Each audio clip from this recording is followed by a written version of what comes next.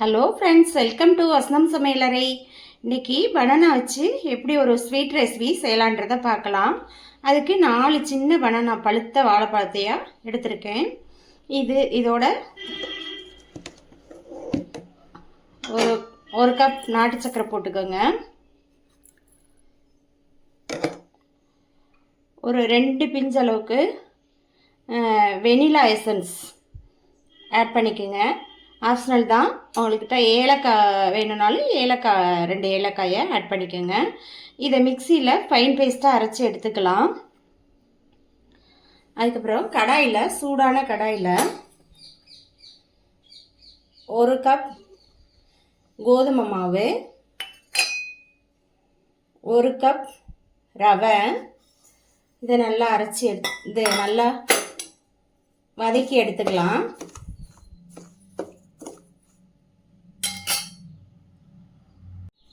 நல்லா இது போல் லேசாக வறுத்து எடுத்துக்கோங்க. லேசாக வறுத்துட்டு கொஞ்சமாக தண்ணி ஆட் பண்ணி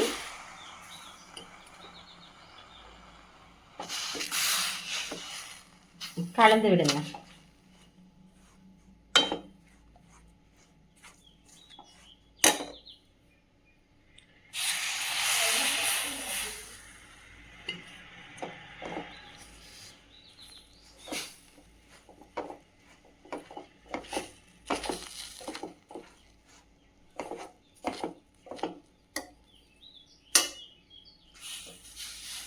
தண்ணி கலந்து கொஞ்சம் ஓரளவுக்கு தேவையான அளவுக்கு தண்ணியை கலந்து இது பண்ணிக்கோங்க.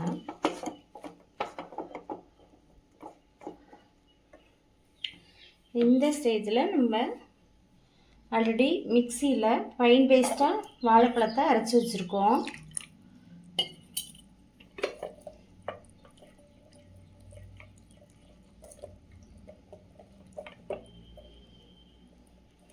அந்த பேஸ்ட்டையும் இந்த மாதிரி ஃபைன் பேஸ்ட்டாக அரைச்சி வச்சுருக்கோம். இதையும் ஆட் பண்ணிக்கலாம்.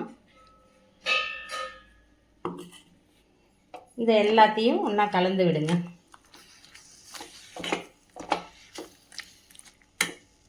கெட்டியாக வரப்ப அதில் தேங்காய் துருவல் 1 கப்பை சேர்த்துக்கோங்க. அதையும் சேர்த்து கலந்து விடுங்க. இந்த மாவை நல்லா இங்கே பாருங்க, இது போல் இப்படி உருட்டி எடுத்துக்கோங்க. ஒவ்வொன்றா உருட்டி எடுத்து வச்சுக்கோங்க. இந்த பால் மாதிரி சைஸ்க்கு வரும். இப்போ சூடான கடாயில் நெய்யை ஆட் பண்ணிக்கலாம்.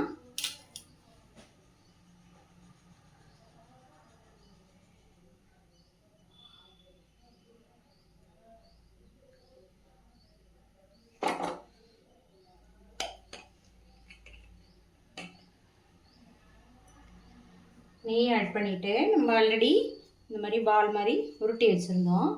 அதை அப்படியே ஆட் பண்ணிக்கலாம்.